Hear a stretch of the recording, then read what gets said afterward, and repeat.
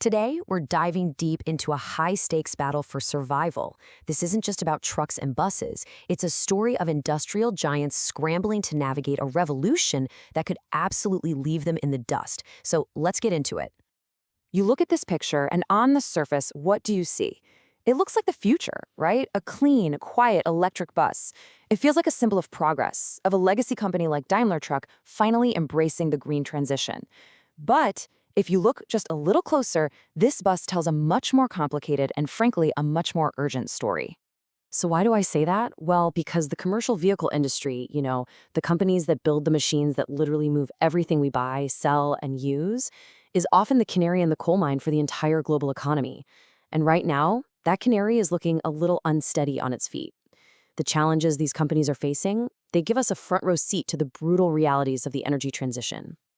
All right, so let's pull back the curtain. Behind all the shiny new models and the ambitious press releases, these industrial titans are navigating what you can only call a perfect storm of economic headwinds, massive technological disruption, and just plain geopolitical chaos.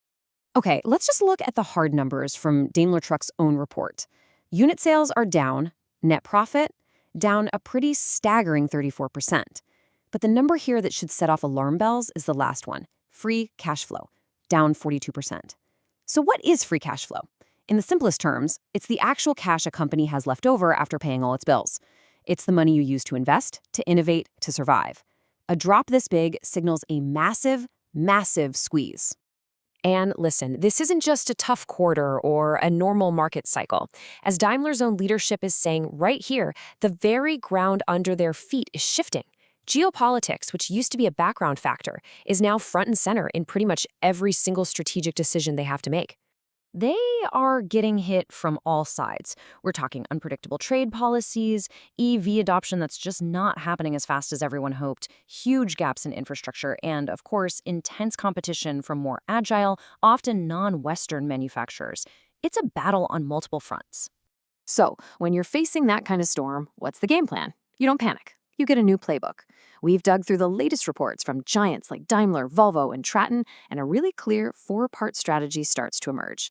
This is their gambit for survival. Their entire response really rests on four core pillars.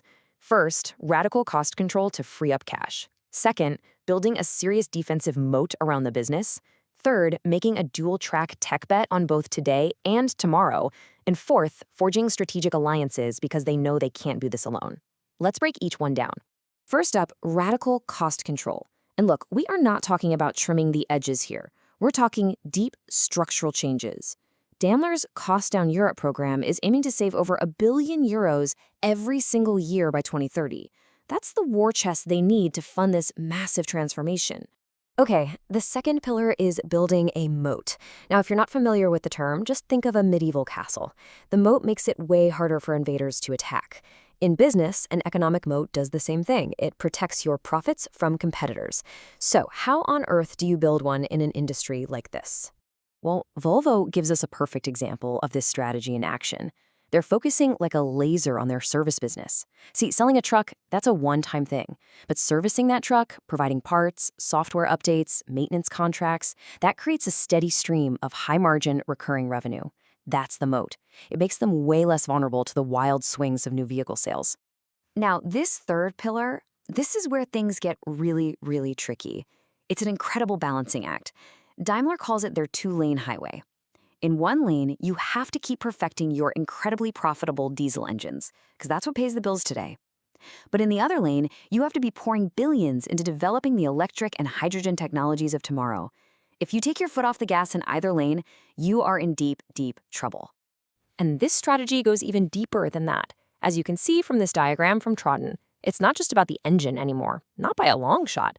They're rethinking the entire life cycle of the vehicle. Circularity, designing trucks so their parts can be reused, recycled, and remanufactured, is becoming a core strategic and economic goal, not just a nice-to-have environmental one. And that brings us to what I think is the most profound transformation of them all. This is the change that goes way beyond the powertrain and completely reshapes the very identity of what a truck or a bus even is. Because for all the headlines and all the debates you see online, the real revolution, the one that is definitely keeping CEOs up at night, it isn't actually about batteries versus combustion engines. It's this. It's the shift from a piece of heavy machinery that just happens to have a computer in it to a powerful rolling computer that just happens to be wrapped in steel. This is the software-defined vehicle, and it changes everything from how it's built to how it's operated to how it actually makes money over its lifetime. And hey, if you need any more proof of just how monumental this shift is, look no further. The Coretura joint venture. We're talking about Daimler Truck and the Volvo Group, two of the fiercest rivals in the entire industry, now working together as partners. Why? Because the cost and the sheer complexity of developing a common software-defined vehicle platform is so immense, so risky, that not even these giants can afford to do it on their own. This alliance is the ultimate proof that the future is software. Okay, so let's tie all these threads together. We've seen the storm they're facing and the playbook they're using to fight back. But what does the road ahead really look like? Well, it's shaped by these common strategies, but it's also limited by some very hard external realities. So here's the key takeaway on strategy. This new incumbent playbook pretty much has 4 common denominators across the board. Manage costs like your life depends on it to fund the future. Build a service-based moat to create resilient revenue. Master that dual track of diesel and electric. And partner up to share the massive risk and cost of innovation. That's the blueprint. But, and this is a huge but, this is the final critical piece of the puzzle. There are some things that even the most brilliant internal strategy just can't control. We can call them macro ceilings. These are the massive external forces that will ultimately decide the pace and the success of this whole transition. We're talking about geopolitical conflict, the actual speed of governments building charging grids, wild swings in energy prices, and sudden shifts in regulations. No matter how well a company executes its own playbook, it can still slam right into one of these ceilings. Which leaves us with this final question. These giants, these absolute pillars of the global economy, they're making bold, intelligent, and necessary moves to adapt. They are frantically rewriting their playbooks for a completely new era. But in a world that is defined by constant change and disruption, the ultimate question really remains. Can any playbook, no matter how clever, ever truly be enough?